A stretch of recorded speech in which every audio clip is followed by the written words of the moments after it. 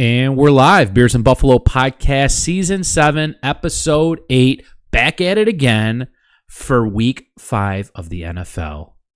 We got a good show today, Jeff. We do. We always do. We always got a good show. We got a good show. We got good beers. Good times. The Yankees are on... nobody can see this, but the Yankees are on TV right now. Probably not the wisest decision to schedule this during a playoff game, but... They can listen to it on replay. We got it. The podcast doesn't stop, dude. The podcast can't stop for anybody. So as the Yankees play in the background, we'll be talking football over here. But before we talk some football, we got to talk some beer. Yeah, we do. And you brought the beer this week, so I'll let you.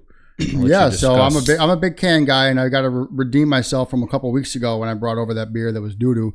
So I found this. It's in observance of it being October 1st. I said, you know what? Let's get a nice Halloween themed beer can. So I got Fat Orange Cat Brewing Company. It's called Cat-O-Lantern. Great design on here. It's got a cat with a jack-o'-lantern on its head. It's an Imperial Brown Ale, and I didn't realize the alcohol percentage on this when I bought it. We got a strong one here. 8%. Hello. Jeez. So we're gonna have to sip on these and not chug them. Yeah, I don't really know anything about this, but it's an Imperial Brown Ale, so it's looking pretty brown coming out of your can. Yeah, and I threw up the. You threw up. That's gross. Yep, threw up. I put the image up on the screen for everybody watching on their phones or TVs. This brewing company is out of Connecticut, according to the can that I just read about 30 seconds before we went on. I did actually pull that up ahead of time. Ooh, no head though. But no head. No, yeah, I don't know if this gives you a lot of head. I got a little splash left in my can. But cheers. Try not to spill all over your table. So... It drinks lighter than it looks, I think. It's still heavier. It's still a heavier beer. It's funny because when we were talking before and I said it was either because I was basing it off of cans, I almost picked a stout. But it's kind of tastes like a stout a little bit. It's got that stout aftertaste to it. Yeah. But it's a brown ale, so. Fat Orange Cat Brew Company, North Haven, Connecticut. And I thought this was going to be a pumpkin beer just off of the can. Yeah, you can see from the can it's called Cat-O-Lantern too. Don't understand that. Maybe they just wanted to do this for October, but it's not necessarily a. Like I said, I picked this up because now that we're in October, a fall beer. We're in full swing for Halloween now. Now it's actually October 1st. This is. It's not bad. I'm definitely gonna have to go back to an IPA if I got to redeem myself because 2 weeks ago's beer wasn't good. This isn't great. I don't mind it. It's kind of like it does have that like a little bit of chocolate note. It's got like a raisin note to it as well, like a raisin bread or something. This is more on the stout side taste wise for me than a brown ale. Mm-hmm. It's a craft brown ale though. That's the thing. True. These aren't like your traditional like I don't know what's I'm trying to think of a brown ale. Is a Killian's a brown ale? Something that's like that. Red ale. Okay. Killian's is a red ale. So. Okay. Newcastle. I think that's... Oh, Newcastle sounds right. I think that's a brown ale. But like these crafties, they get a little different on you here. And reading other people's tasting notes too, they were getting a lot of chocolates, kind of like a peanutty, a raisin, caramel. I didn't get any caramel really on it, but let me smell this thing, man. And no head, like we said, dude. You poured this thing. Which was weird. It could have been flat for all I know. Yeah, well, fresh off the shelf at consumers. Not really even a smell to it, dude. Unless my nose is not working. Do you smell anything on it? It just doesn't. It just smells like a stout to me. Like I said, I don't know if because we were talking about stouts, if that's just in the back of my mind right now or what. But all right, let me put up our little rankings here. Yeah. It's going to be low for me again. Well, hey, you know what? At least we're honest about it. We're not just bullshitting people that are listening to it. Yeah, we're not giving out freaking 9s every week. So you gotta be honest. That's people take it serious. This is better than the Kolsch that I got 2 weeks ago. Oh yeah, it's better than the Kolsch. I'll go first. We gave the Kolsch a 5.2, worst beer ever. I've said that multiple times.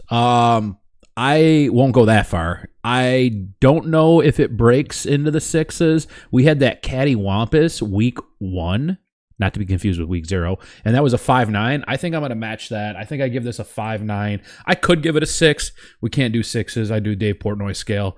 I either go 5.9 or 6.1. So yeah, I'm going to go 5.9. My initial thought was 5.7 on this one. Okay. Which is I'm barely above the one that the Kolsch I brought last time. I would drink this over that Kolsch that we got last time, though. Yeah, me too. But this isn't something I'll go back to consumers for. So if anybody listening or watching wants to, try this beer, I would taste test it if they have it in stock somewhere. If you can get it off a draft, or if they got try it. It might be your tasting profile. It's not mine. It's not really Jeff's, but you might like this kind of beer. Like I said, it does got a little bit of the chocolate notes, a little bit of the raisin notes on that, kind of bready, but so it's different. It's not what we normally, gravitate to, but we like to try different things here, right? I think next week, though, I want to start getting in. Maybe I'll pick up like a pumpkin ale or something, because we're starting to really get into it. I thought about it, and I was like, let's get a regular flavor just to kick off. I got this basically because of the can. Yeah, because the can. It was either this or an actual stout with coffee and pumpkin flavors. I was like, I love coffee and I like pumpkin. I don't know if I'm going to like them together, and I don't really like stout, so we're going to go with the brown ale, and that seems to be a miss. Yeah. And I didn't want to get another Oktoberfest, because we always get an Oktoberfest. We get an Oktoberfest. I mean, we still have time for an Oktoberfest, but and who says we can't do a November 1st? But that's true. I think I was looking at pumpkin, but the caramel, they do have a caramel pumpkin. Because I gotta look. I could go back and look real quick on last year's sheets. I don't know if we ever did pumpkin. We might have. It rings a bell like we did do it, but I don't know. Yeah, we did. Pumpkin. Look at that. Week 9 last year, we did the pumpkin. So maybe I will go and get the caramel one, or they have, I think, a double pumpkin or something I've seen. We try not to repeat ourselves on the show, so good thing I have last year's up here to reference. Yeah. But I'm thinking, we start doing some pumpkin flavored beers maybe next week. Get full swing here. The only one I would ever try again, now that you have last year's up, is the chestnut praline. Oh yeah, is one of my favorite beers. That's like 8. What was that? Like 8.6% or something. That was heavy. Oh, I didn't write percentages on it here. Last year. It was heavier. It was over 8%, and it's funny because shout out to little Chris. Gave me literally 12 of them, I think, because he bought a case and he gave me half his case, but he gave it to me in like the summertime. Yeah. The worst time to have that beer, because it is heavier, but it is very sweet. But they're free. So I'm going to take free beer. But that was I gave it a 9. That was your highest ever, 9.5. Yeah. So that might be one of my favorite. That could beers. be like, we could do that around Christmas time again. But it was a good beer for sure. Definitely. All right, guys, we're going to get into some Bills talk here. Bills defeating the Saints last Sunday, 31-19. Game did not cover the 16.5 point spread that we talked about. It dropped to 14.5 at game time. And it still didn't cover. That's back-to-back weeks they didn't cover the spread. And it was close for like 3 quarters there. I think it got to like a 2 or 3 point game at one time. So Bills open up strong, balanced offense, scoring on the first drive of the game, 43-yard touchdown pass, Khalil Shakir. Hello. Saints answered back. Spencer Rattler tied the game. Or, I'm sorry. The drive was led by Spencer Rattler, but it was Kendre Miller tying the game with a rushing touchdown on that one. We saw a lot of Miller in this game. We saw like a 50-50 split with Kamara and him. Which is weird. And I think it makes sense. Like, Kamara is old, but it's like one of these. Yeah, but like that's old for running backs. And I feel like he's been in the league. He feels like he's a lot older than 29. Does he feel like he's 35? Yes. I feel like he's been in the league forever because he was playing with Drew Brees. Yeah. And I feel like Drew Brees retired like 20 years ago. Yeah, but it wasn't that long ago. But it's like the same thing with Aaron Jones and Jordan Mason. Like, Aaron Jones last year had career numbers for the Vikings. Now, of course, he gets hurt this year, but he's 30 years old. And even up until that injury in week 2, they were almost on a 50-50 split. And you're starting to see that when these running backs are getting up there, 29, 30, 31 years old. James Conner, before he got hurt, these older running backs are going to start splitting carries more. Kind of a surprise because we've always thought like Kamara's like an Iron Man. He does it all anyways. Kind of like Henry. He can catch, he can run. They use him in the slot. They put him all over the field, right? So, yeah. I was just kind of shocked the amount that I saw Miller get used in that, and he ended up getting a rushing touchdown out of it. Buffalo regained the lead with a 17-yard pass to Keon Coleman, and then it was a short touchdown run by James Cook, his 5th of the year, leading all running backs. Kind of surprised after 4 weeks that he's leading the league. I thought maybe Henry would be leading the league. I'm not going to lie to you. Like, I knew Cook could do it, but I had Henry, I think, leading the league. And I thought that... Or Saquon even, man. I'm kind of 50-50 on it, so I'm not surprised in the fact that he did it last year. He led the league in rushing touchdowns, and we gave him that contract, but I also thought we wouldn't use him as much. Not that we wouldn't use him much, but we didn't use him as much last year. He was only on the field for 48% of the snaps. Yeah. Which is very low. And the fact that you're leading the league in rushing with 48% snap share is kind of difficult to do, and not many running backs could do that. So I thought they would go back to that 48%, but he's actually outpaced Ray Davis and Ty Johnson. Like, I'm actually more shocked that he's been out there more this year. Even more so, yeah. So I think that's where the shock is for me. But because he's been out there more, I'm not shocked that he's leading the league in rushing touchdowns. Also, I think they're just playing the hot hand type of thing too. I'm all for them splitting up carries because I trust Davis. I trust Ty Johnson out there too. But when your number one guy is as hot as he is right now, give him all the reps he can take until he's tired, and then sub him out. Yeah. They have packages for Ty. They have packages for Ray. So, and when he's tired, he'll come out, and they seem to not miss a beat when they have to spell the running back. But I will say, yeah, I'm shocked with the amount of usage that he has. But like I said, not too surprised with him leading. I did think it would be either Saquon or Henry, but I don't think either of us saw Henry starting off as slow as he did. Of course, he tore the Bills up, and then since that game, he's been ass pretty much. So, after that, we saw Saints punt. We saw Josh Allen try a deep pass, probably his first deep pass of the year to Coleman. It gets picked off. Josh's first interception of the year. Buffalo's first turnover since December last year. Couple defensive stands. New Orleans adds a 54-yard field goal. They go into the half 14-10. So we talked about it last week. I said at least that I wanted to see Josh throw the ball deep a little bit more. He did. Yeah, it gets picked off. What are you going to do? It was actually great coverage by the corner on that one. I'm not going to say it was necessarily... No, it wasn't a bad pass by him. I don't think it was anything that Coleman did. He ran the route. It was just a better defensive play, and I'm not mad at it. And like I said, it's the Saints, which, yeah, they give us a scare here, and we'll get to it. But, like, that's a team I feel fine about trying things out and at least airing it out. We talked about that. I said the same thing. I said, this is probably going to be more of a Josh game because his defense isn't good. And I think we know what Cook can do. I think Cook was going to take a backseat a little bit, and it was going to be more of a Josh Allen show where he was going to be the one, making more deep throws, just passing more in general, just trying to get more people involved, just get a better rhythm with the passing game going, because it's been in all, basically up until basically up since the first game, when we had to throw a lot more. It's been more of a ground and pound type of game. Absolutely. So after a quick defensive stop to open up the second half, Bills' offense came alive again. Cook igniting the drive, back-to-back 25-yard runs, getting into Saints territory, and that's when Josh found Jackson Hawes for a 15-yard gain, getting him at the 10-yard line, and he scrambles out, does his little rollout, QB touchdown there, rushing touchdown, 68th rushing touchdown of his career. That's a lot for a quarterback. Insane for a quarterback. At this time in his career, too. Like, he's still in his prime. Yeah. Plenty more years left. Plenty more tread left on the tire at 68 career touchdowns. Next possession, Olave bounced back with a clean 3-yard touchdown. They failed the 2-point conversion attempt. But the Saints didn't want to go away, man. Their defense stopped Buffalo on a 4th and 2, gave the offense a short field on their own 49. And then Brandon Cooks couldn't haul in the potential touchdown. They settle for a 45-yard field goal, inch closer, 21-19 now at this point. So they hit the 2-point, or if they score that touchdown there, they take the lead on us. And then they would have did a 2-point conversion to get more of a buffer. But 2-point game. We're in the, I think at that point, it was like maybe the end of the third or starting the fourth or something like that. Not worried, but I'm more disappointed that we weren't pulling ahead more. Like I said, I said this in the Miami game. they were in it for a little bit, but I wasn't worried we were going to lose the game. Kind of a similar situation here.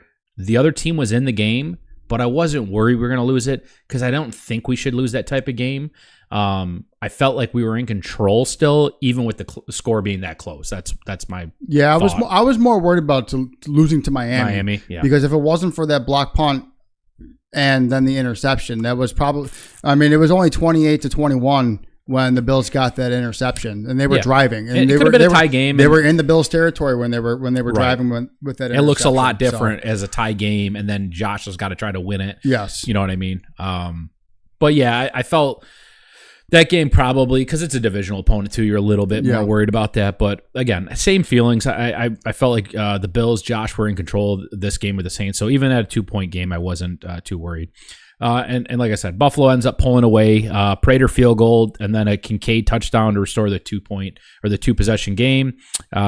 Even though they had 3 sacks on Allen, they just couldn't shake the Bills, and the defense responded with 2 fourth-down stops before sealing the win, 31-19. Couple stats here. Cook, 117 on the ground with a rushing touchdown. Cole Bishop intercepted the trick pass play, but that's his first career interception. Did not realize that, but makes sense. And he had his first career sack the week before. Oh, did he? Yeah. So okay, back-to-back games, Cole Bishop on the up and up, because we talked about him. We did in the preseason. He did not look good in preseason, but no. he looks like he's coming around a little bit. Now he's getting actual game time underneath his shoes here. He's looking a little bit better. And that's what we wanted to see going into the season. Mm-hmm. So the fact that he's playing better, the defense, I really wanted to see a little bit more from Bosa, but I mean, especially because of how bad the Saints are. Mm-hmm. So I was a little disappointed we didn't see a lot from Bosa.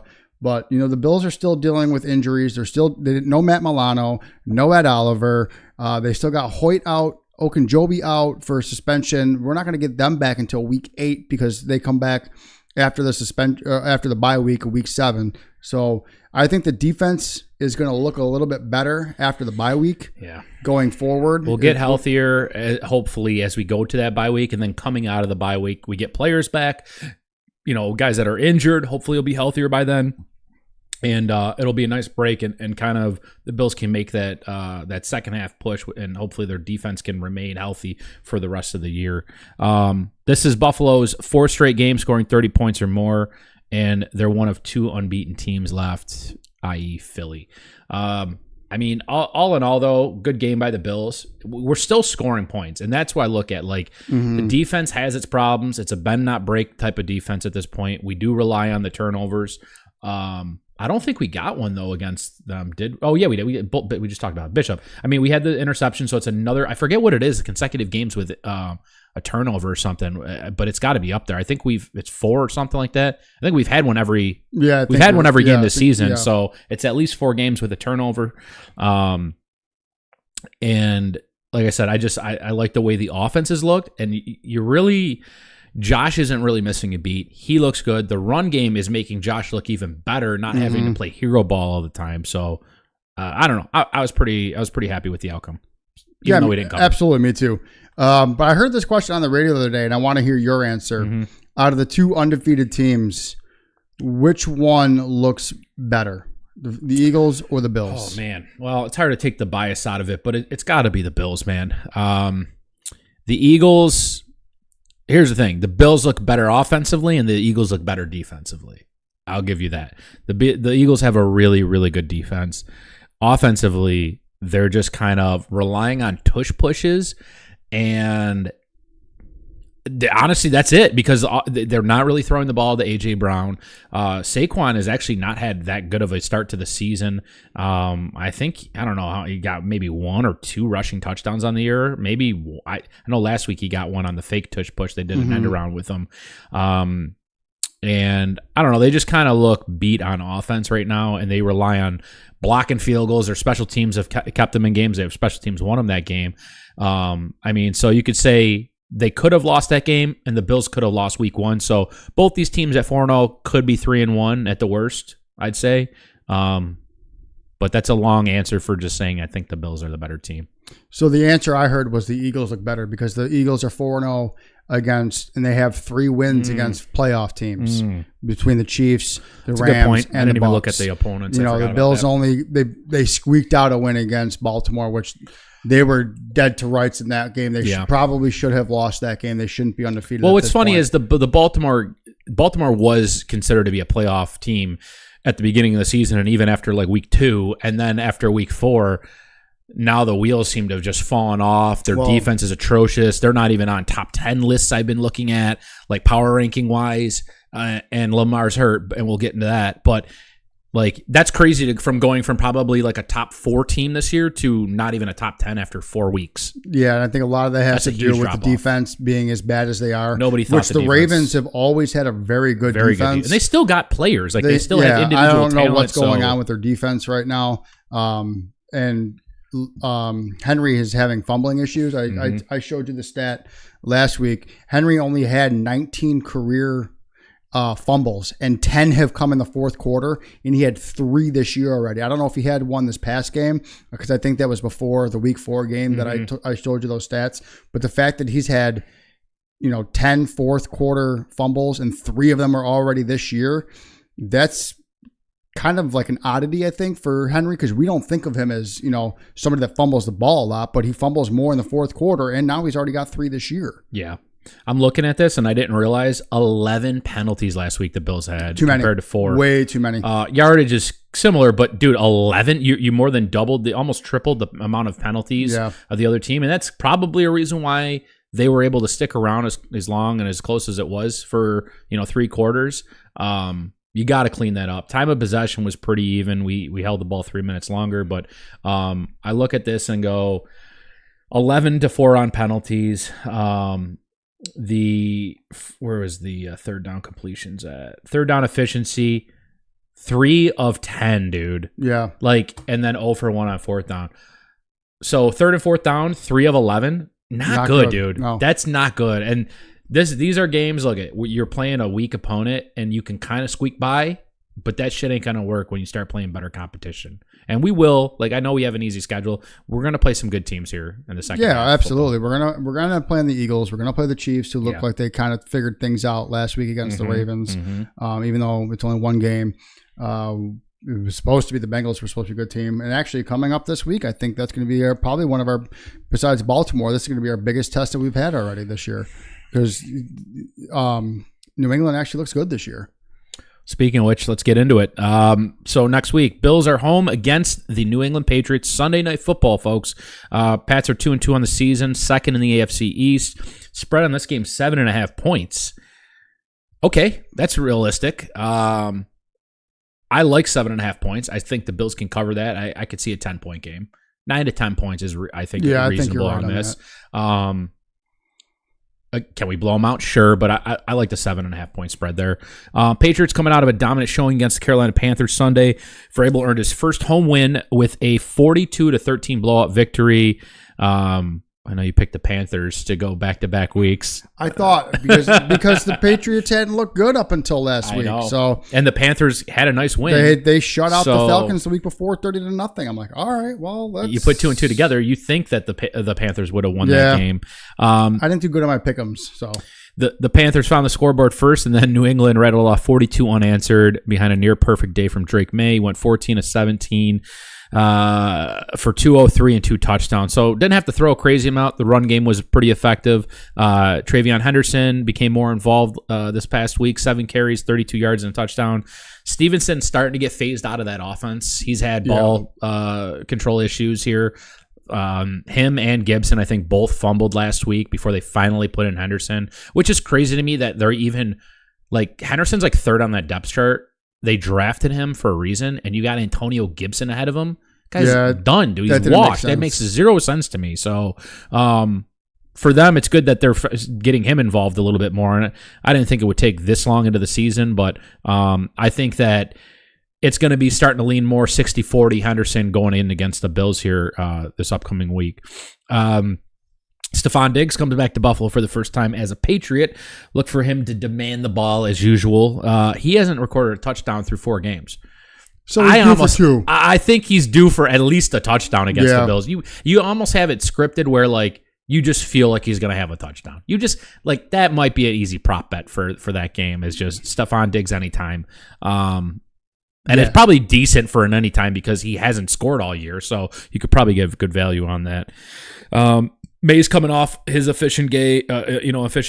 We need to pressure him like we did Rattler. We got 3 sacks on Rattler. I mean, I think Drake Maye is definitely the best quarterback they've had in the last few years, since right? Brady left, yeah. So I've actually heard that Drake Maye is Josh Allen light because we talk about Justin Fields being a lot of Josh Allen likes out there. Well, this is the first time I've actually heard that term used. I've heard Justin Fields is Lamar light, but I've never heard anybody consider. Everybody said Bo Nix was Josh light. I never heard that though. Oh, last year, yeah. Well, I wasn't paying attention then. I like Bo Nix, but I've been a big Drake Maye fan since he got drafted by the Patriots, and I'm on record for saying that on this podcast.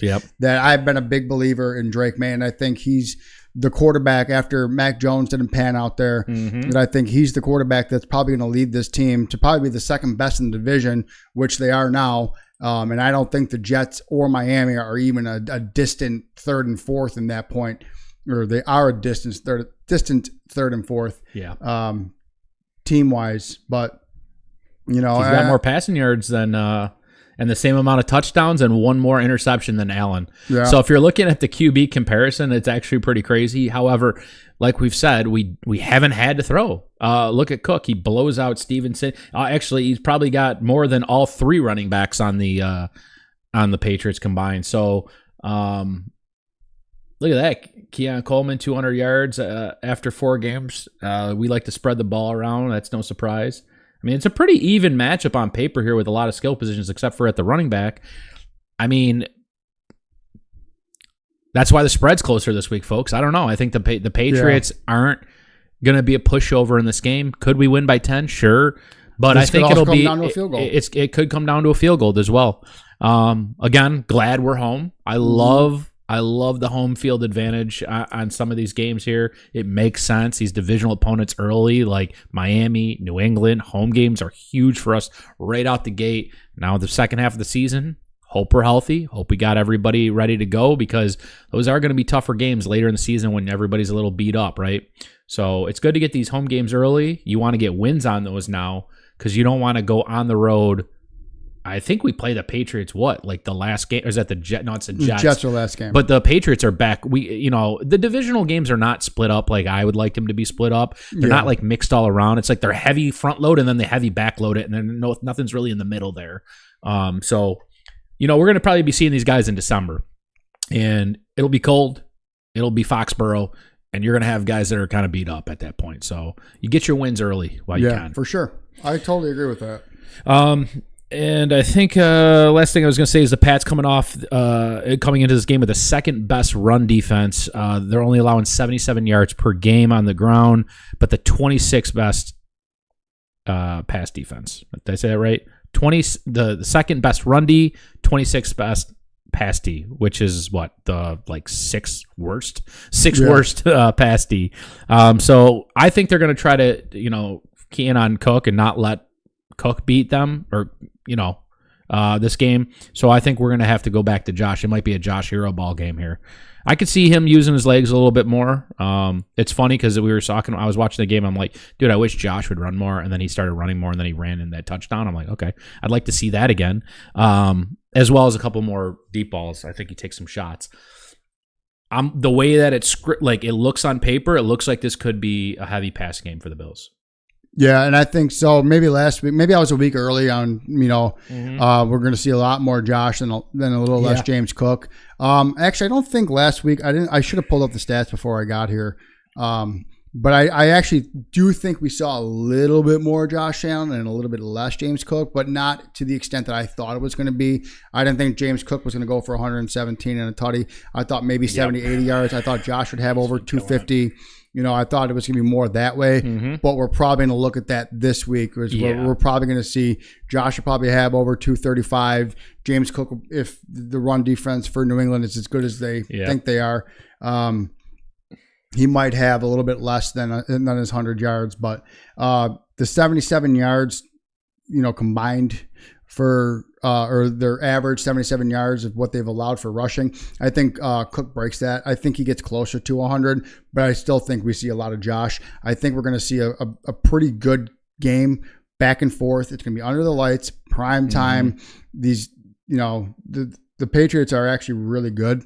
So not really good. They're good. They're better than what they were last year. I'll say that. Yeah. I'm pulling up the injury report here. Matt Milano, questionable still. Ed Oliver, questionable still. Limited at practice. Dorian Williams, questionable, did not practice. And this looks new. Jackson Hawes, questionable. No update on what his ailment is. And then I saw our punter got hurt. Yeah, he got placed on injured reserve. Yeah, we signed a new punter. Who did we sign? Do you know? I had it. I saw that this morning, and I never checked into who, what happened or who he signed for this one. And then Spencer Brown, questionable. Hopefully, he's good to go. Honestly, the older I get, the more important I realize how important the O-line is. Yeah. Obviously we care about special, the skill position players. You don't want to see your wide receiver or running back go down, right. But dude, you need your O-line, and the Bills, knock on wood, have one of the best O-lines, I think, in the league. And they play together, man. I don't think they change. I think it was one of the most consistent offensive lines in football last year. They only had one guy sub out for a couple plays. Yeah, I'm not seeing the injury report of why he's out. We could do this on the fly, folks. Yeah, and we'll see. Usually the Bills app actually sends punter, and we're gonna see what that does. Australian punter Mitch Wishnowski to a 1-year deal. I know he's from the 49ers. He played on the 49ers for 6 years. Okay. That's all I know. I didn't know his name. Punter, dude. So is he a rugby player or a soccer player or something? That I couldn't tell. So dude, why does this guy look like he's 33? Okay. I was going to say, dude, this dude literally looks like he's 40-something years old, and I don't know what it is about the Bills and special teams players. We just got to get the oldest guys available out there. Prater looked like he was 86 when I saw him in that post-game interview. 33, is a Perth, Australia native, carved out 7-year career in the NFL. Last 6 coming with San Fran, 2019 to 2024. 6'2", 220, drafted in the 4th round in 2019. Okay. He missed the final 8 games of 24 season with a back injury. Well, that's not good. That's not good. So, guy's coming off a back injury last year, so wonder how well he's going to punt. I don't know what the length is of. I mean, they said IR, so he's at least out 4 weeks. Johnson, but we'll see. All right, and hopefully we just don't need to use him. I mean, that would be great. I'm still mad that the Chiefs signed Ariza. I think we could have the punt guy. I think the Bills kind of fumbled that a little bit, and they had to, but then they kind of backpedaled this year. With the whole Maxwell Hairston. Actually, is he supposed to come back this week? Good call. Look up him. So the Bills kind of fumbled with Ariza, whatever his name is, and then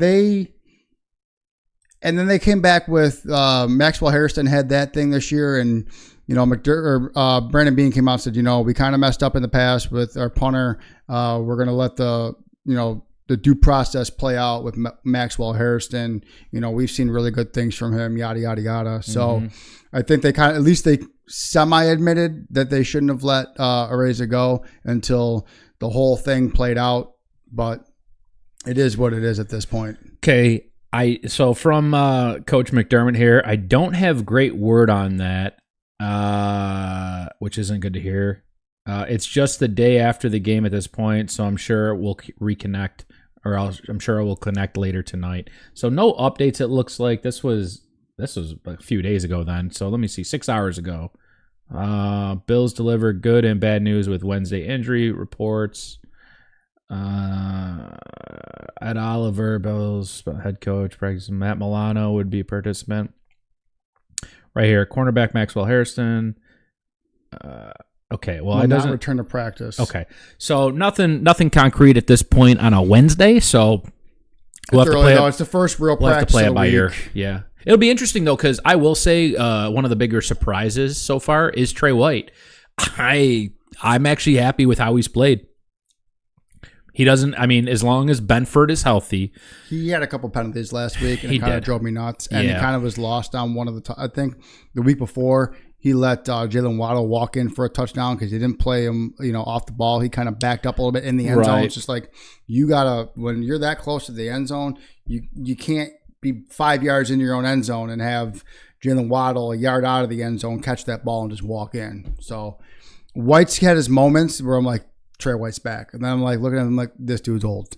This is why he didn't get playing time in Baltimore or the Rams last year. Well, last week, look at this. He led the team in tackles, and he had a tackle for loss. So, and all those were solo. Every tackle was a solo tackle too, which is huge. That's fair. Yeah, but that's. So I'm just gonna say, I thought he might be a liability out there, and he's not right now. I don't think he's a liability, but I'm just like, I wish I could. He just makes me nervous because of his injury history, and I know how in his age and like Waddle's hard to cover. He's fast as fuck. So that's a tough matchup. But I think for the most part, he can cover most teams too. Good enough. And this is where you go, okay, Hairston comes back. Do you start Hairston full time? Do you slot Hairston? I mean, you probably got Taryn, so you can't really slot him. You probably got to ease him in slowly. Once he comes back, he's going to have to earn his on the field reps. They might sub him in here and there, and if he makes some plays, give him some more time. It's going to be a gradual thing, especially coming off the injury. You're going to want him healthy later in the season anyway. The Bills' defense has been okay at best. I don't think they're great. I don't think they're horrible. They're a middle-of-the-pack type of defense. Harrison's going to be one of those players that when he comes back, it's not going to be, okay, you're the starter, get in there, you're going to play 80% of the snaps. You're only going to come out when you need a break. It's going to be one of those things where he comes in when other players need a break. He's going to get his time. Yeah. He's going to have to make some plays. He's going to have to get adjusted. And you got to remember, he hasn't played an NFL game yet. He's still a rookie. So he's not used to NFL speed yet. Yeah. This is a real quick side note before we get into some NFL news here. I was watching the Gilbert Arenas podcast, which is now doing football talk, and they got Aqib Talib on there. Okay. Skip Bayless is one of the co-hosts. They got an old NFL quarterback, Chase something maybe, I don't know, but he wasn't no name I remember. And then another defensive player that I can't remember his name either. But Aqib Talib is basically the star on that show, and they were talking about Travis Hunter and whether or not he should be. If they're using him wrong, should he be more playing corner? Should he be more wide receiver? And Aqib Talib made a good point because you just said this and made me think about it. If you can't play corner only for so many plays and then play wide receiver and then go back for defense. It's harder. For offense, it's easier to be like, okay, we have certain packages for you on wide receiver. Maybe we'll use you as a gadget play. You could play the slot, whatever.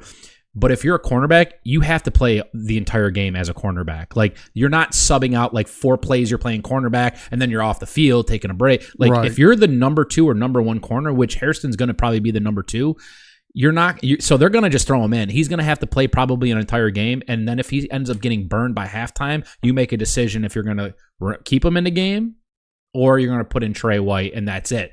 But there's no he's playing, then he comes on, and he comes back again. So it kind of makes sense from that standpoint that for the cornerback position, because you can get hot, man. As the game goes on, you get kind of a feel for the game, feel for how the wide receiver you're covering is running his routes. Maybe you can start jumping stuff in the second half. So it's not a position like wide receivers where you have packages built and you could just do gadget plays here and there. So Hairston would have to play the whole game, I think, when he's healthy, just to see what maybe you got not out the of him. first game though. I think the first game he's game, the guy that goes in and subs in.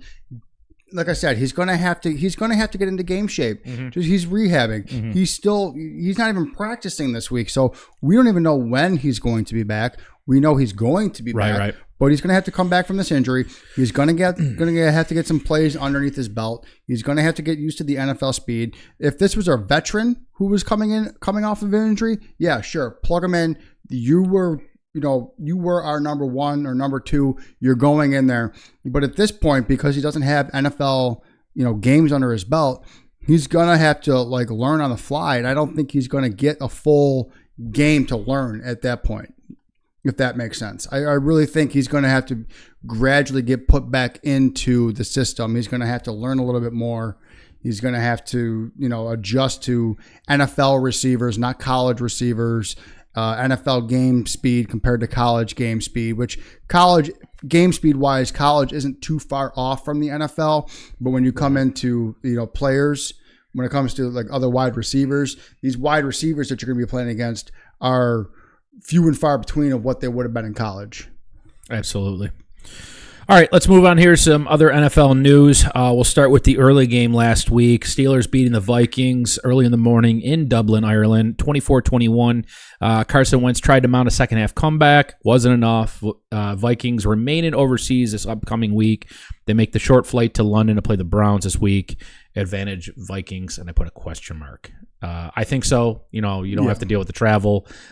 This will probably be a bounce-back game for the Vikings here. As the Browns, who surprisingly got a good win against the Packers, I don't think are that great of a team, and they're also going to be starting a rookie quarterback. Yeah, Dylan Gabriel. So you got rookie quarterback traveling across the world, and you're going to have to play a team that only had to fly a few hours, if that. That's already been there and is already acclimated. So I think it's an uphill battle, not to get ahead of ourselves in the pick'ems, but I think, it should be a pretty much of a wash here for Vikings winning that one. But I was surprised in that game. DK Metcalf finally get involved a little bit. Yeah. They haven't been using him, and I'm like, what are we doing? You have one of the top wide receivers. The guy's built like a fucking brick house, and I don't know. Like Rodgers is like he's a weird quarterback, man. Like he comes off as a game manager sometimes, and then sometimes he just slings it.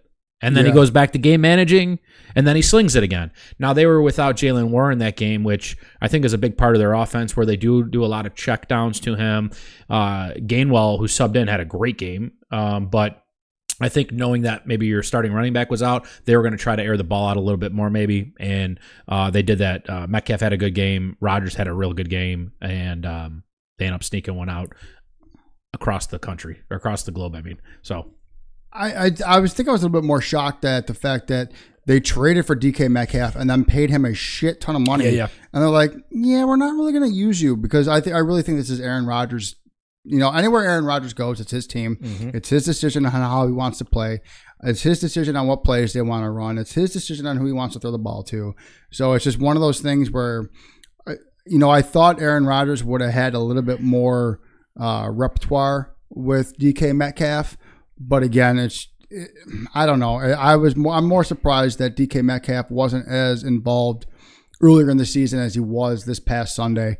But I think that's probably going to be a good connection going forward. Yeah. I think something clicked on Sunday, whether because Jalen Warren didn't play and they had to throw the ball a little bit more. Mm-hmm. But like you said, Gainwell subbed in and he didn't miss a beat compared to Jalen Warren. So, we'll see what happens going forward, but I think Rodgers and Metcalf, that connection is going to be a little bit more prominent going forward. And they're leading that division, which is crazy. But now, if you look at the division, they could run away with this. Like, we thought that the Ravens at the beginning of the season might be the favorite, and then it was going to be the Bengals, and it was the Steelers kind of hashing out second place, and then the Browns in third or fourth.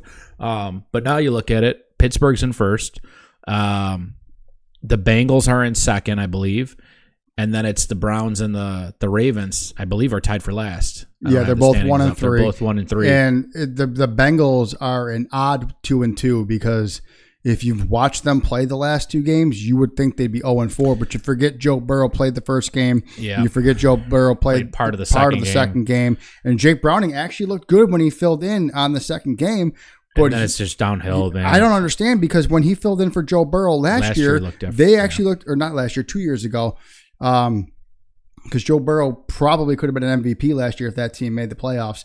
But the fact that Jake Browning just looks like shit when he looked good 2 years ago, when Burrow got hurt, it's surprising, because now there's talks is like, do the Bengals need to go out and get somebody? A quarterback, whether it be Russell Wilson, Jameis, I got the hiccups all of a sudden, Jameis Winston, or Kirk Cousins. But the Bengals aren't going to spend money. The smartest play right now needs to be Russell Wilson, because Russell Wilson isn't going to cost you anything. He's playing for league minimum in In New York. Yeah. And they're not going to, and the Atlanta Falcons aren't going to take on Kirk Cousins' contract, which is a shit ton of money. Yeah. So, and the Bengals don't spend money, which we know because they don't want to pay players, and they paid, 70, they messed up paying T. Yeah. Higgins. They should have never paid T. Higgins. They should have let him walk, and they could have spent money on their offensive line, and they wouldn't be in this position. Correct. That's literally, you have Chase, dude. Yes, I understand it's a bonus if you have two really good receivers, but when you got arguably the number 2 in the league, you don't need to worry that much about the second receiver when your offensive line is as bad as it is, and your defense isn't that good either. So they struggle on both sides of the ball. I pulled up real quick the stats because it was a 3-28 game on Monday night. Jake Browning didn't have a turnover, but like 14 of 25 for 125 yards, and he took 3 sacks. I don't know. I was watching that game, dude, and it looked like he just kept trying to throw a deep pass to one of his 2 receivers. They got Chase Brown a little bit involved in the second half, but he even only finished with 3 catches for 31 yards. He only had 3 targets. Like, that is the complete opposite of how they were using him last year. Even when Browning was there or starting, like, it makes no sense that the utilization of their running back has gone down. They can't get design plays to get their receivers open. I understand the offensive line is bad, but they have to come up with some short plays, some quick slant passes, some screen passes out of the backfield. Do something. But I didn't even watch that game that much. And from what I saw, it was like he just kept hitting the big shot downfield. It was a jump ball, and it would be a hard catch ball, and either his guy would make the catch or his guy wouldn't catch. But look, Chase had 5 catches, 23 yards, dude. That's that's wild to me. Take us over this week. Moving on.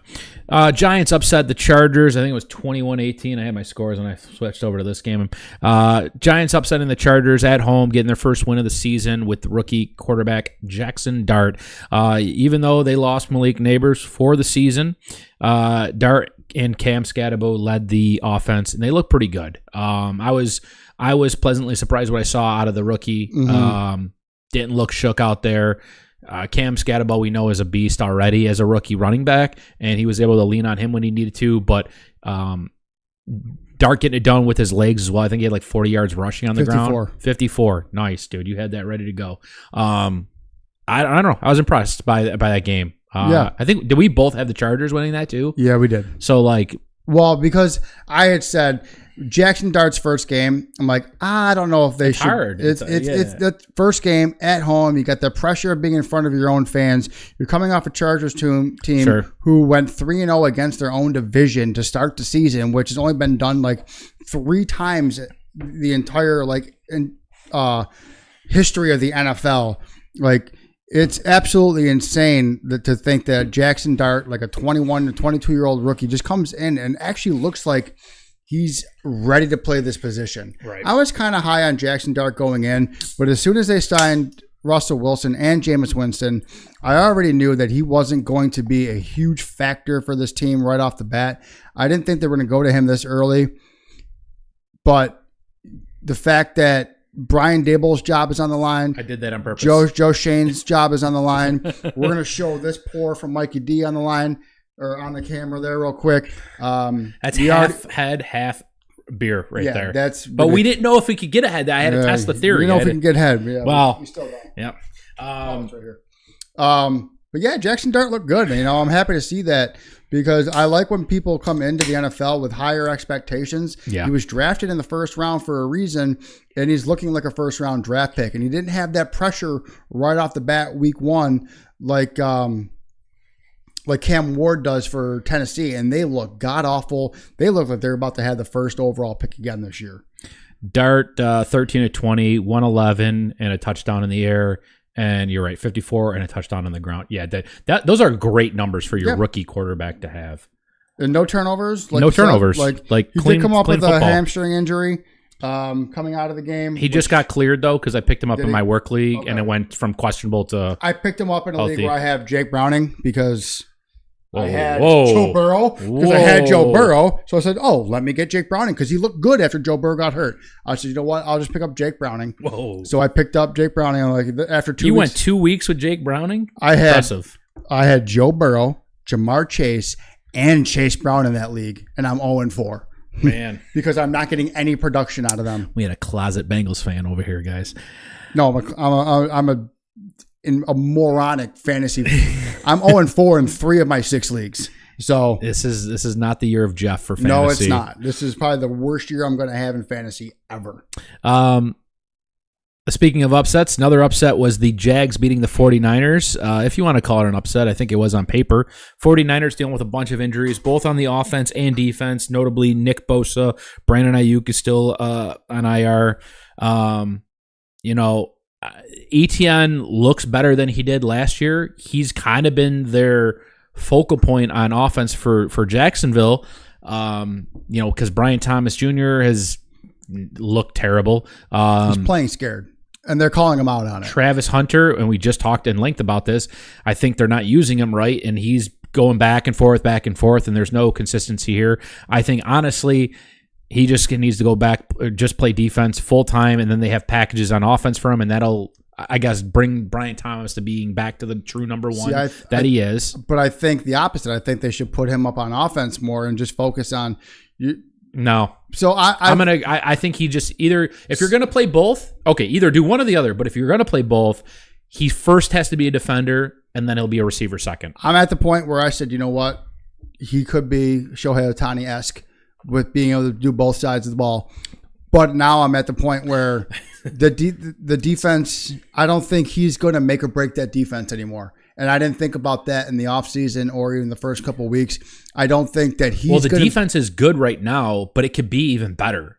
Right, but I don't think the offense has more problems, I think. Which is why I think he should be playing more offense. Because if you get him out there and Brian Thomas Jr., who should have been who was probably up there for Rookie of the Year last year, if you get both of them on offense, then you alleviate some pressure off of Brian Thomas Jr. And your offense works better in unison when you've got 2 possible number 1 wide receivers. You've got a T. Higgins and Jamar Chase type of not as good of a caliber, but you've got that complementary 1-2, 1A, 1B type of wide receivers when it comes to Brian Thomas and Travis Hunter.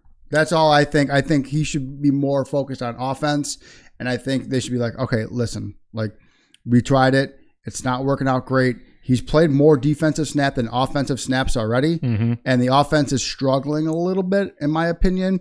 And so I think they're like, listen, we need you a little bit more on offense, so you're going to have to take a bit more of a back seat on defense because our offense needs more help. I could see it. I could see it from that perspective too. I think as for his player development, it'd probably just be better if he played defense. For helping the team, you might have a point that he's better suited to help the team if he's on offense. But for his own individual development, I think he's a cornerback first, and then you have plays for him on offense. There's other issues going on with their team too. Like, it's just not him not playing good. Brian Thomas isn't playing good. The O-line looks shaky at times. Trevor Lawrence is kind of fallen. He's so inconsistent. And the only consistent piece has been Etienne, which is great because he was terrible last year. I wouldn't say terrible, but from 2 years ago to last year to now again, it's like he's going on this roller coaster here. And I think it's great now, though, that, I mean, he doesn't have to worry about Bigsby taking any snaps from him this year, so he's just balling out. Well, they got Brayshaw Tootin, who looks pretty good when he fills in. Yes, but they're using Tootin as a true spell. Like, this isn't a 50-50. They bring him in when Etienne's tired, and he's a good spell for him, which if he played any more, he could 50-50 him, but I think now that Etienne goes, it's my backfield, he's playing at the level that he was playing at 2 years ago. So the last thing I'll say about this before we move on off it, because we're talking too much about the Jaguars, which nobody talks about the Jaguars. This is a Jacksonville podcast. If you're talking about doing developing, you got to look at the team perspective of this. I think Travis Hunter being on the offense actually helps Trevor Lawrence more. And after you paid him that much money, he needs all the help he can get. And if you've got 2 wide receivers like Brian Thomas and Travis Hunter, I think that actually helps Trevor Lawrence more. And that helps the team aspect of this altogether. I understand individual growth, but Travis Hunter is going to be a pro no matter what side of the ball he plays on. Yeah, I just think you're kind of stunting it right now by flipping him as much as he's either. Now, this was the other take. We were going to keep talking about this just because I saw this on the podcast, on Gil's podcast, literally like a couple hours ago. And they did make some valid points on this. I can't remember the quarterback's name that's on the show, but he said the two defensive Daniel players. Chase? It's not Daniel Chase. It's something else, but it is a white quarterback. Chase Daniel? It's not Chase Daniel. Daniel Chase. You said something about Chase. Daniel Chase but maybe it's Chase something, but Chase Daniel is. I know, but it's not Chase Daniel. I know who Chase Daniel is, not him. Look it up. Anyways, I digress. Both the defensive players, Aqib Talib and the other guy, said that he should be cornerback first. The quarterback co-host said, play him 3 games at corner, 3 games at receiver, and then see what you got. They disagreed with him on that, but that is another take. Because it is about consistency. I don't know about the flip-flopping as much as they're doing. And if it ends up being like he's a better corner, then you play him at corner and you have gadget plays for him. If he's a better receiver, you play him at receiver. And from their perspective, you can't do that. You can't fill in a guy on defense like playing cornerback. It's different than playing receiver. But we'll see. Did you find out what the guy's name is? Nope. I'll look it up. They're not giving me anything. Well, you can keep looking it up because we're going to move on from this because I don't want to talk about the Jaguars anymore anyways. Moving on to the Ravens-Chiefs game. Mahomes balled out 4 touchdowns against the Ravens. Chiefs win 37-20. Having Worthy back, I think, has been the difference, obviously. We saw that the first 4 games look completely different than the first 3 games look completely different than the 4th game, right? He changes the offense. I think we talked about this last week too, even. Like he allows you to do a lot of different things out there. He stretches the field more, and he gets other people open. So now you got guys that like Tyquan Thornton, who was like the fill-in number 1, and Hollywood Brown, but those guys don't have the attention on him now that you got to watch Worthy. And Worthy's so fast and shifty that you almost have to double him. So it's freeing up the offense a little bit more. Mahomes looked like vintage Mahomes out there. He's literally just throwing it at will. Pacheco had a touchdown in that game, which I thought he was dead. So yeah, is this the turnaround spot for the Chiefs? Maybe. I thought it would take maybe a couple more games, but they got Worthy back early enough. And I said once Worthy came back, they could start chipping away. And then when they get Rice back, that's when the playoff push is. I still stand by that. Yeah, I agree with you on that. The issue I had going into week 4 for the Chiefs was Patrick Mahomes was the leading rusher on that team after 3 weeks with 125 rushing yards.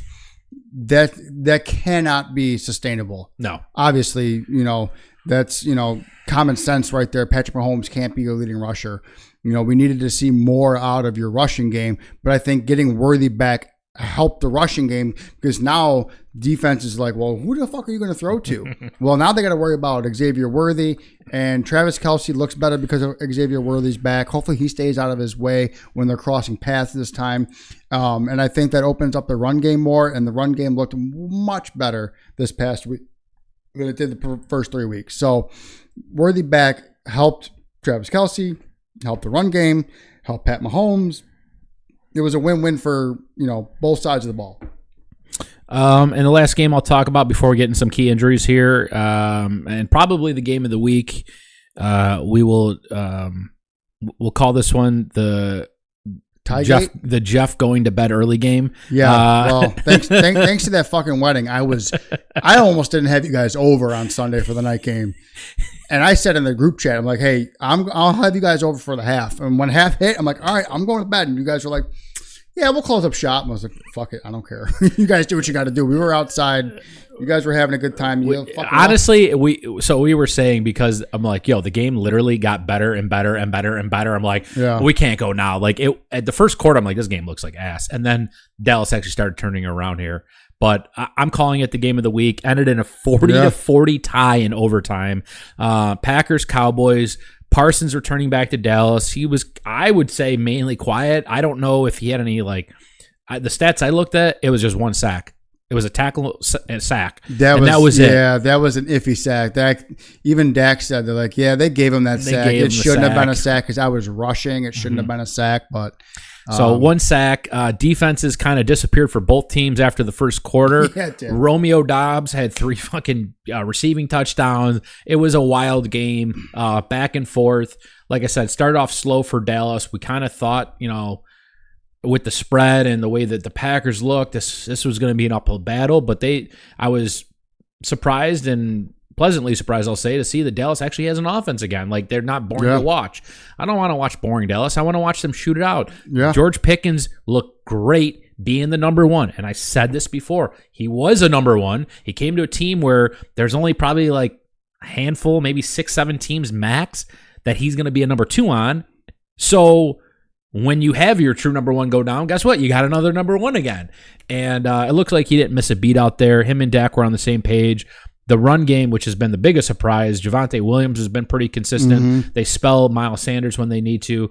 I thought we'd see some more Jaden Blue by this point, but they haven't really done much with him. I think he doesn't even be active. I think he's been a healthy scratch the last couple of weeks. He was a healthy scratch the first couple of weeks, but yeah, I woke up to a 40-40 tie, and I was just like, what the fuck did I miss? Because it was like, what?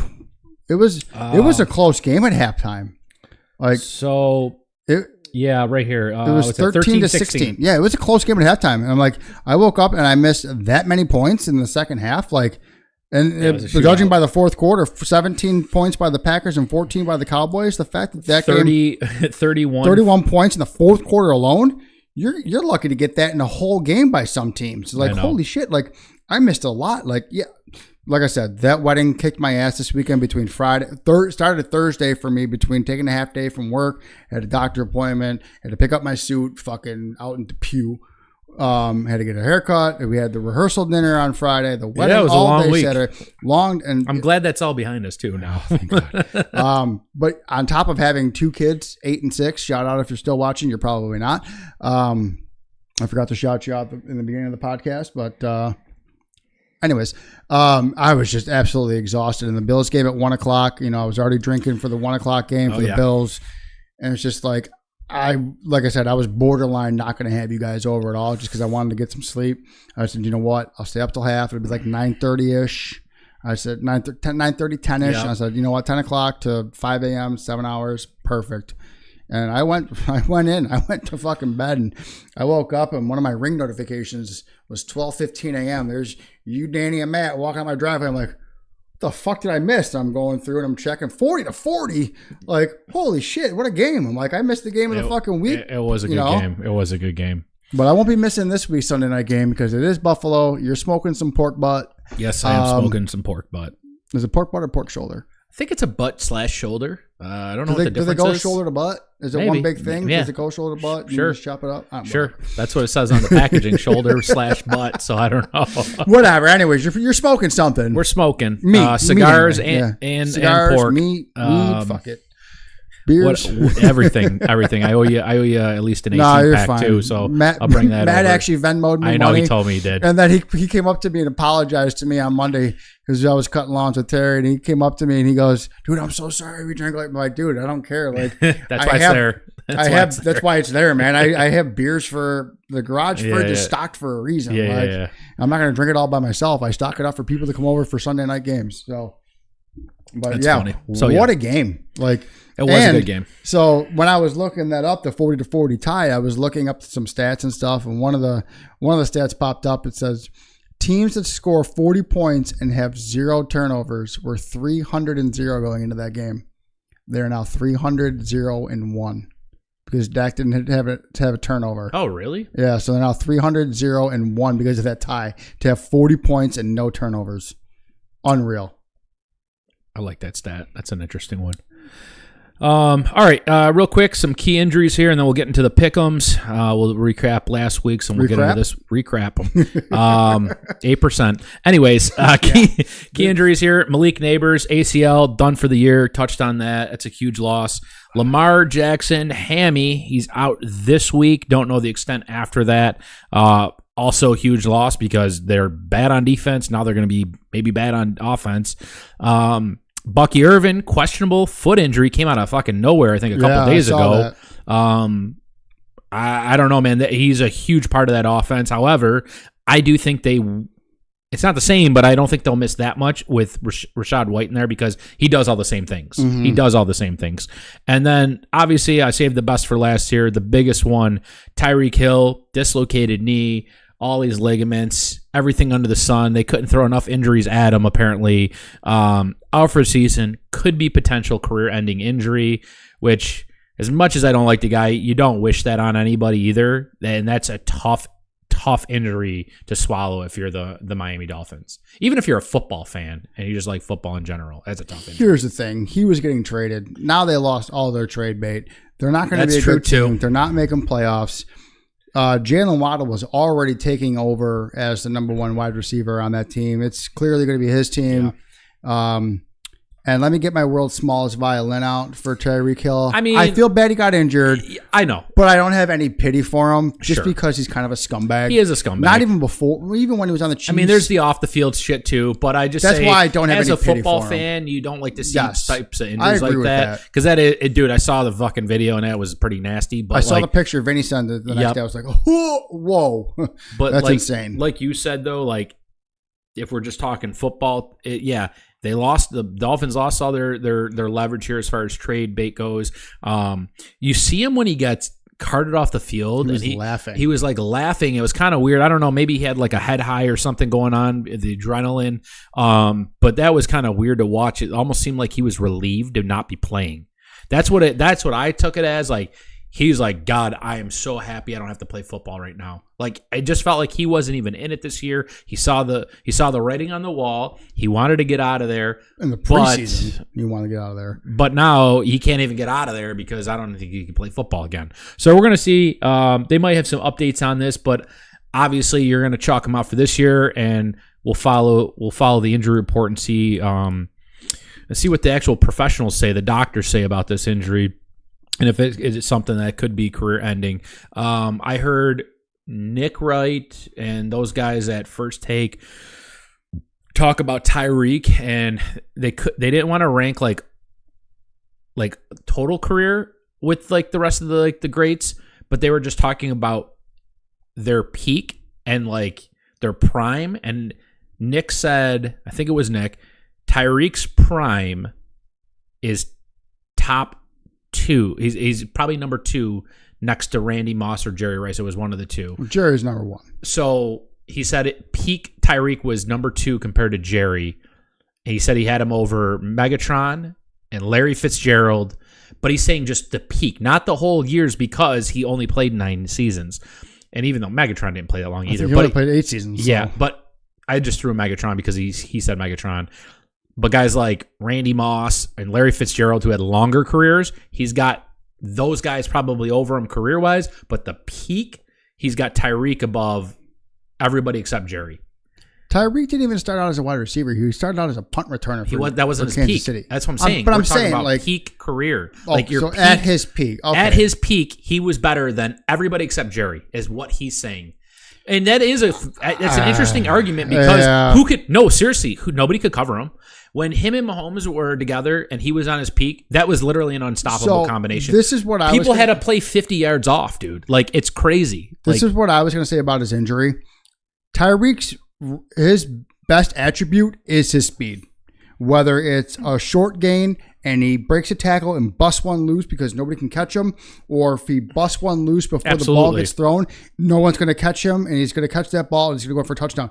The issue that I have with Tyreek coming back, he's never going to be that fast again. I don't care how much he rehabs. No, that knee will never be the same. He's lost the X factor. Teddy Bridgewater had the same type of injury and almost lost his leg. Dislocated knee, tore all those ligaments, and Teddy Bridgewater was lucky enough to even keep his leg and come back and play again. And the fact that Tyreek's known for his speed, he will never have that speed again. No. And I'd be shocked. He's if he was 5'8", dude. So if you're taller than him. Oh no, you're not. If you don't have the speed, you're not a receiver anymore in the NFL. You're just a guy on the sidewalk. Well, you don't have to have the speed. If you have nobody that short. How many? That's what I mean. Yeah. That's what I mean. We're talking Tyreek Hill here, dude. He's short. And his height has never been discussed because of his speed. Right. There's plenty of short receivers, but they have that. They're usually fast. You've never seen a fucking short, fucking slow guy out there. Like, well, the first thing I thought of was Keon Coleman, who's not fast, but he's got great separation and great hands. But Tyreek doesn't have. He's like, I understand that's that, but my I'm whole saying, point. Like, if you don't have one, you have to have the other, Yes. and if you don't have both, you're a guy going to the stadium to watch the games. Like that, he's done. So if he loses his speed, it don't even matter if he lost a little bit. Like he's not going to be able to run the routes. He's not going to be able to make the cuts. He's not going to be able. The hands will always be there, but like Jerry Rice still has hands. You're literally your route running ability is gone now, and you don't have size. So now you just can't play professional football, unfortunately. I'd be shocked if he comes back and plays again. If he does come back in 2027 at best, he'd probably be a third or fourth string guy on a bum team somewhere, or a team taking a flyer on him just to try to get something. All right. Well, let's get into the pick'ems. We're going to recap. No, we don't have to recap. We're recapping. No, you had a 15-1 we recapped. Oh, that's true. All right. We can recap. We'll recap the good ones. We can recap the bad ones. Yeah, absolutely. So week 4 here, I went 9-7. You went 6-10. We both missed our bonus bet here. JSN over 6.5 receptions. I think he ended with like 4, and they got like 3 in the fourth quarter. So I was even lucky to get 4 in that. And then you had Trey Benson over 83.5 rush and receiving yards.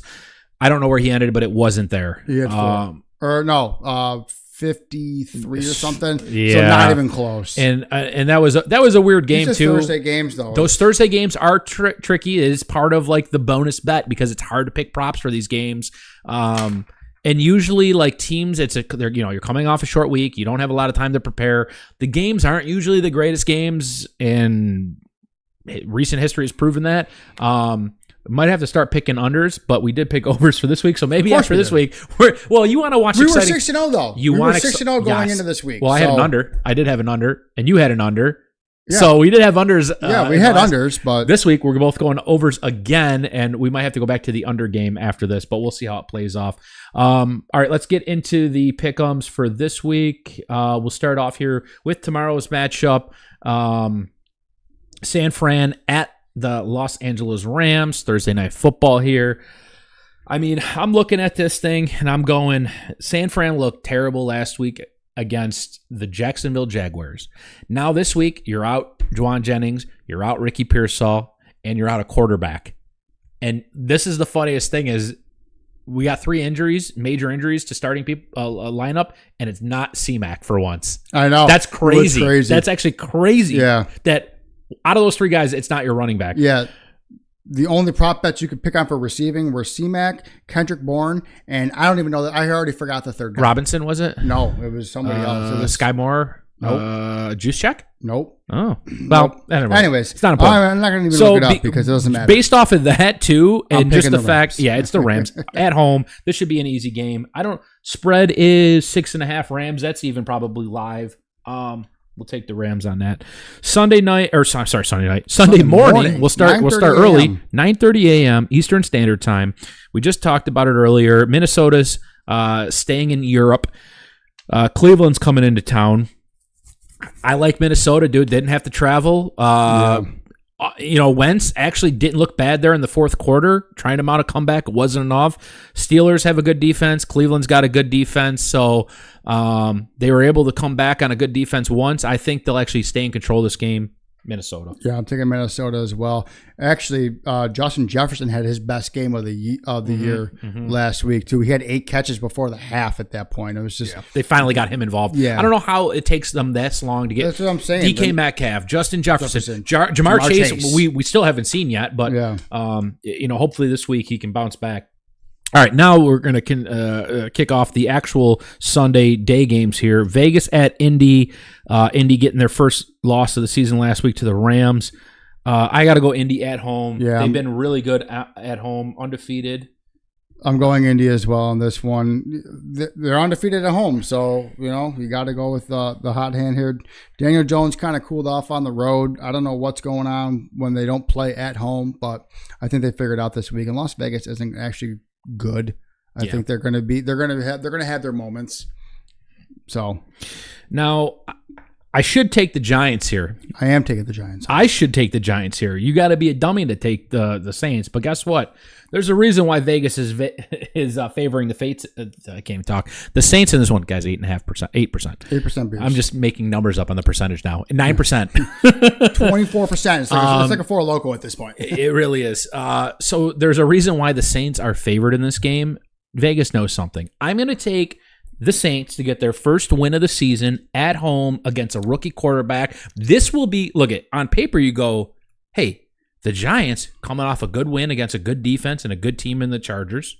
Rookie quarterback, momentum, going on the road now. In my perspective, I go, okay, you can take that same rookie quarterback going on the road now. The Saints need a win. They're hungry, dude. Olave looked good last week, too. Olave finally looked good. I got to go Saints. This will be my upset. You're kind of making me want to change my pick, but I'm going to stick with it. I'm going to go with the Giants. Believe me, I thought like up until and now the injured and Malik Neighbors. Fuck, you're making me want to. I can see. I'm not switching. I can see it too. I can see it too. Right. But I'm just saying, like the Giants on paper, you're like, yeah, it's a better team. But I'm just saying, like the scenario that it's in, I think this is actually. New Orleans probably best chance to get a win right now, so that's why I'm going with it. Dallas at the Jets here. This might be a sneaky good game. Yeah, it could be sneaky good. Dallas showing a lot of if the Dallas play the way they did last week, and if the Jets play the way they did 2 weeks ago, never. No, the Jets had a good game. They had a good game against the Steelers in Week 1. I think the Jets look like the Jets lost their game last week. The Jets had like 4 turnovers last week, and they only lost by a touchdown. So loss. But look at their losses. Their biggest loss was against the Bills, 30-10. 2 points. 2 points. 2 points. 2 points. 6 points. So they're not losing by much. The biggest loss is against the Bills. Yeah. So I think the Jets could win this game. I'm going to go with the better quarterback in Dallas on this one. I'm going Jets on this one.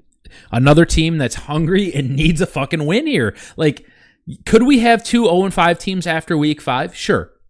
One of these guys are winning. And New Orleans probably has the better chance, but I could see Dallas being the team that they are. Yeah. Being a better team, scoring 40 points one week and literally laying a fucking egg because it's been done. You're 100% right. Going with the Jets on this one. That's their MO the last couple of years. All right. Denver going into Philly, the other 4-0 team, the Eagles. Man, I don't even want to pick Philly, but I think I have to on this. I have to pick Philly because they're home. If Denver was home, I'm picking Denver. I'm only going by the home team here. What's the pick 'em on this? Philly's 3.5 point favorites. I have to go Philly at home, dude. Yeah. If this was an away game, it'd be basically like a 1. Look at this. Tickets as low as $25 for the Saints game. You want to fly to New Orleans real quick for a Sunday 1 o'clock game? I could. I'm off this week. I'm literally off Monday. I could probably fly. I'm working from home Monday, so I can literally punch in wherever I need to. I can punch it on the plane if I need to. I don't know if I could be back in time to smoke the pork butt, though. Oh, that's true. Yeah. No. I mean, I could actually. I really could make it happen. You could. That's not. If we could find direct flights, we could do there and back. You just can't get drunk at the game, but then we can't go. Okay. What's the point of going to a football game if you're not getting drunk? What's the point of going to New Orleans and not getting drunk? That's true. Yeah, not even a football game, just New Orleans. Go to Bourbon Street, be like, yeah, I'm sober, and then people are looking at you. I'm not smoking a pork, but if I go to fucking New Orleans, no, we're smoking. We'll be smoked if we go to New Orleans. All right, we got Miami going into Carolina. The Bills will be in Carolina, I think, in a couple weeks actually. After the bye. After the bye. So, oh man. This makes you think, and I don't like thinking. This is a dog shit game. I'll tell you right now, $56 yeah, tickets. Miami's actually favored in this one. No Tyreek. I'm actually going Carolina on this one. I think you missed your mark last week. I think it's every other week. Yeah, and this is the week that Carolina. I got a lot of home teams, Jeff. I'm circling here. So. Yeah, I'm gonna go. And technically, the one I didn't circle was the London game. So I'm literally all home teams. I'm 3-3 right now. 3 home, 3 away. I'm gonna go my 4th away. I'm gonna pick Miami on this one. I don't know why. Darren Waller. I just think that Tua is kind of or not Tua. Tyreek is kind of a distraction for Miami, and I think now that he's not going to be around, you can see it that way. Yeah, because I kind of look at it not like Tyreek was as good as Stephon Diggs, but I think Tyreek was kind of like a little bit of a diva. He wants the ball more. They gotta drop plays for him. Specifically, I think the offense would look a little bit better without having to cater to Tyreek's like specialties of being fast and all that. I'm gonna go with Miami on this one. All right, this one I shouldn't have to think about it. Houston at Baltimore, and get ready. Houston is favored. Houston is favored. Let me just show you this real quick. Where'd you go with that? Let me just show you this real quick. Minus 1. Oh my god. How is that even? Under's 40. Oh my god. How is this even? How is this possible? First of all, the Texans are what? Are they 2-2 or 1-3? They're 1-3. They just got their first win last week. So how do you have 2 1-3 teams going at each other and you're favoring the away team? Because there's no Lamar. I get that, but still, who's even the backup for? That's because it's not Tyler Huntley anymore. No, it's oh crap, it's Cooper Rush. Oh, you're right. It's Cooper Rush. Right. Dude. I was about to look it up, but good call. Cooper Rush, legend in Dallas, looked good when he played there. Fuck. This game, because of Cooper Rush, makes it hard, and I almost want to go with Vegas and pick Houston. I'm going Baltimore just because of Derrick Henry. They're home. They're home. I don't know how Vegas knows something here though, which is crazy. I'm going to go Baltimore with you. I should not. I really want to pick Houston. I shouldn't either, but and I've already picked enough home teams, but I'm going to go Baltimore too. I've literally picked all but one home team, dude. No, they're all. That game doesn't even count because that's a. Who knows? You could have a 15-1 week this week. If it's all home teams, who knows? Right. All right, moving on. Tennessee at Arizona. Dog shit. I don't care about this game. Look at this. $23 a ticket, even cheaper. Want to fly to Arizona? No, there's no direct flights. But with the time difference, though. Wait, no. No, when we come back, it'll be like 1 a.m. Yeah, you're right. All right, so, dude, I like it's crazy. I almost have to pick the home team again on this because I got to go home team on this one. It's so bad. I haven't seen enough out of Tennessee. Cam Ward, they're not giving him enough help, and Calvin Ridley was supposed to be the answer. Calvin Ridley looks like shit. They don't really have a wide receiver that's going to help Cam Ward. That's a team that could go out and get a couple wide receivers in this offseason or even try to trade for somebody at this point. So, you know what? Maybe they should trade for T. Higgins. They probably got the cap. They talked about this also on the Gill podcast. I gotta start listening to that. That sounds like a good podcast. It is good. He's on the Dan Patrick Show, which is my favorite sports show to listen to. And Gilbert Arenas is on there a lot. And he talks about his podcast. And Gilbert Arenas is very fucking smart. Yeah. I like listening to him too. So football season, he's not on it.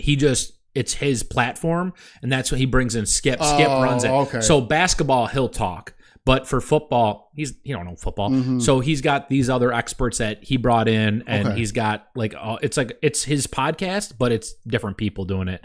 I don't know what I was going to say. What were you talking about? Oh, Arizona, Tennessee? Cam Ward. Ward. So they were talking about Cam Ward being like. He had an interview, a post-game interview, called out his teammates and himself, though, and he started with himself, taking accountability. He said, I'm ass, the team's been ass, the offense has been ass, the defense has been ass, everybody's ass. And they're like, do you like that he did that? And everybody was basically, yes. I do. I love because he didn't call them ass. He said he took accountability. He said he was ass, he could be better, and said we're ass to collectively. Yeah. And everybody... unanimous. He was like, yeah, that's not a problem. And to be fair, they were asked before him. So they were asked before him. But one point somebody brought up was trade Ridley because he's mega ass. And he was a thing in Jacksonville for a while. You can get some picks and start rebuilding because the team is literally they've won 3 games in like 2 years. They literally need to start rebuilding now. They can't even wait till the next year. So start trading Ridley. Mm-hmm. He doesn't want to be there anymore. Pollard, I mean, he wasn't a guy in Dallas. If Dallas gets rid of him, Tennessee, Tajay Spears is injured. Maybe when Tajay Spears comes back, maybe they turn the offense around a little bit. They just don't have any offensive weapons. I don't even know who the tight end is on that team. It's Okwambe or something, Okongwu or whatever. Yeah, something like I can't pronounce fucking last names. Well, 8%. But I'm going to go Arizona on this one. Yeah, 8%. Tampa at Seattle here, and I might finally pick an away team in the Buccaneers. However, Bucky Irving doesn't play.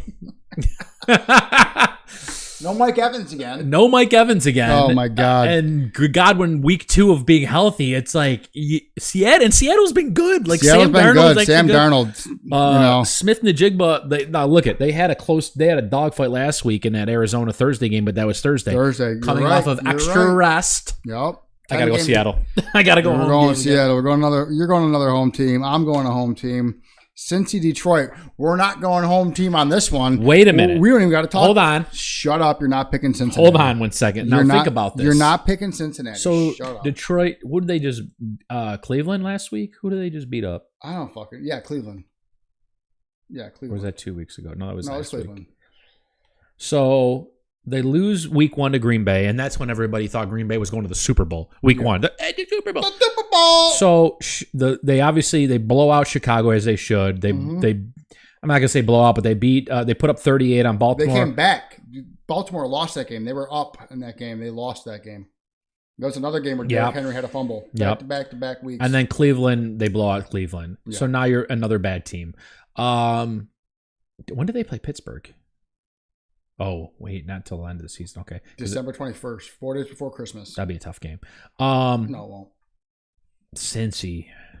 Dude, Cincy has looked so they're fucking so bad. terrible, Jeff. Jake Browning hasn't even got more than 6 points in fantasy when he's the starter. And look, here's the thing. Let me just click on Cincy real quick. New tab here. Okay. Hold on, we're opening up tabs all over the place. What are you doing? We're opening up tabs. Let's click on this tab. And tabs are now open. 17-16, sneak out a win against Cleveland. Yep. 31-27. You can call it snuck out a win there. That was when blowout. Now you go to Detroit and you should get blown out, but you're back home after 2 road games. Look at this. Undefeated at home. They've had 4. Had 3. They're undefeated at home. They've had 1 home game. That's my point. They've had 3 road games to start the season. Maybe they'll play better at home. We're going home team. Cincy. Oh, my God. That'd be the upset of the week right there. You just said the other game was upset of the week. Which one? No, New Orleans? Yeah. You said that was possible. That's a closer game. No, I think you also said New Orleans. The Jets was upset. now Cincy's an upset. I mean, I'm just taking underdogs at this point. Listen, but New Orleans. The crazy part is I don't know how many games you're behind on me on pick'ems, but you're not that far behind after my 6 and fucking 10 week last week. 3. You're 3 games behind me? Yep. I'm about to be about 7 games. No, we're gonna try. Well, look at this. Hold on 1 second, guy. Boy. Cincy, undefeated at home. They started this. It doesn't matter. They started the season with 3 out of 4 games being on the road. I mean, that's hard to play on the road, especially when you're Jake Browning. If that was Burrow, I think they're maybe even only just 2-2, or they're 3-1. Maybe they win 1 more game, but because I think they lose this Minnesota game no matter what. But this game they could have won. It was a close game for most of the game. Denver's a defensive team. If you're telling me if fucking Joe Burrow's not there, they don't win this game. They win that game. It's not 28-3, but they might lose it. They win that game. In Denver. Denver's a hard place to play, man. Anyways, moving on. Okay. All right. Well, back to Washington Chargers to close out the 4 o'clock games. Ooh. Bounce back game for LA, but also Washington. Did they get Jaden Daniels back? I didn't get an injury update on him, but Mariota's looked okay. This is a tough one. I'm going Chargers because they're home. I'm not. I might pick an away game here. Hold on. I'm not supposed to pick all home games, but I could. But let's see what Washington Commanders have here.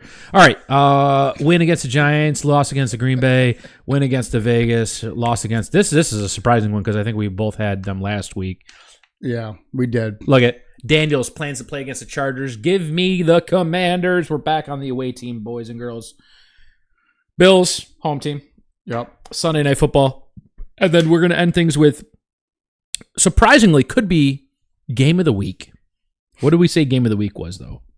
Well, last week was... No. What was game of the week this week? I thought we said one before this. No, I don't think so. We didn't have a game of the week? It wasn't Philly-Denver? No. Okay. Game of the week this week, I'll say Monday Night Football. Kansas City and Jacksonville. Surprisingly enough, just because Jacksonville got a nice win last week, their defense looks good. Kansas City, we don't know what to make out of them yet. They look like vintage Mahomes last week, but the first 3 weeks, ass. KC is favored 3.5 points in this game. Ooh. I would take Jacksonville with the points. I think I'm going to take KC on this one. I took KC as well. I honestly could see another upset, though, but I would take Jacksonville with the points. Either. I think 3.5 is a fair number. I think Jacksonville's a little bit underrated this year. They're playing a lot better than people thought they were going to. I think it's a fair number. I think, 3.5 is definitely a fair number. But I think Kansas City wins this one. And then we just got to do our prop bets. Our prop bets, of course, we do Thursday night games. And even this week, not everything's released because of the amount of injuries. I'm going to take Christian McCaffrey over 53.5 receiving yards. You're down your top two receivers, and you got a backup quarterback who's probably going to check down a lot. He was checking down to him when he started 2 games ago. Right? Yeah, because Purdy came back last week. I like C-Mac over 53.5. Who do you got? I'm taking Puka Nacua over 7.5 receptions, and I know that's a lot. It's a lot. 8 catches you need. You need 8 catches. I don't think that's a lot. Jacksonville's got a good... Oh, I'm sorry. This is the 49ers. 49ers have a terrible defense. You could have it.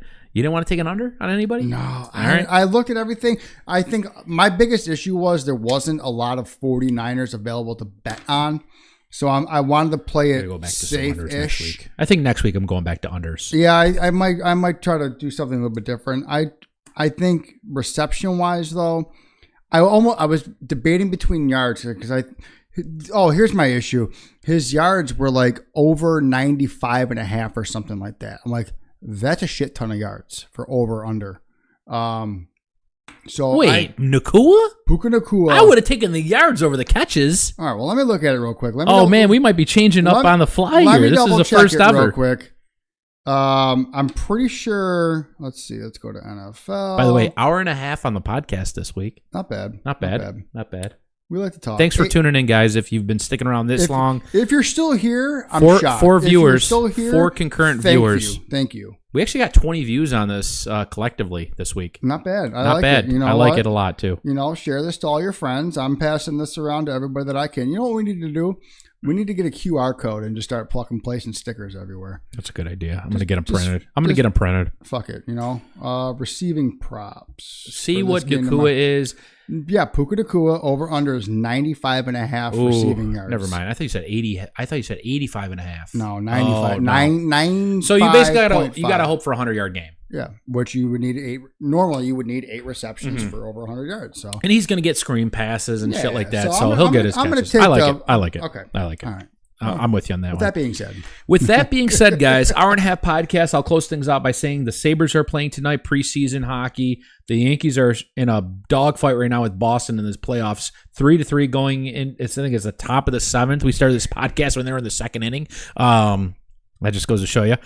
Some good playoff baseball on. Hockey season's right around the corner. We might be, depending on the length of these things, because I don't want to be doing 2-hour podcasts, but we might be able to fit some Sabres talk in during the week.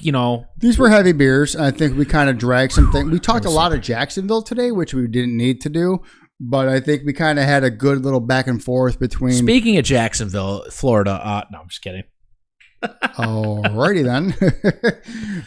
Travis Hunter should be an offensive player only. Okay, got it. Thanks. All right, guys. With that being said, I'm Mikey D. I'm Jeff. We out. Go Bills.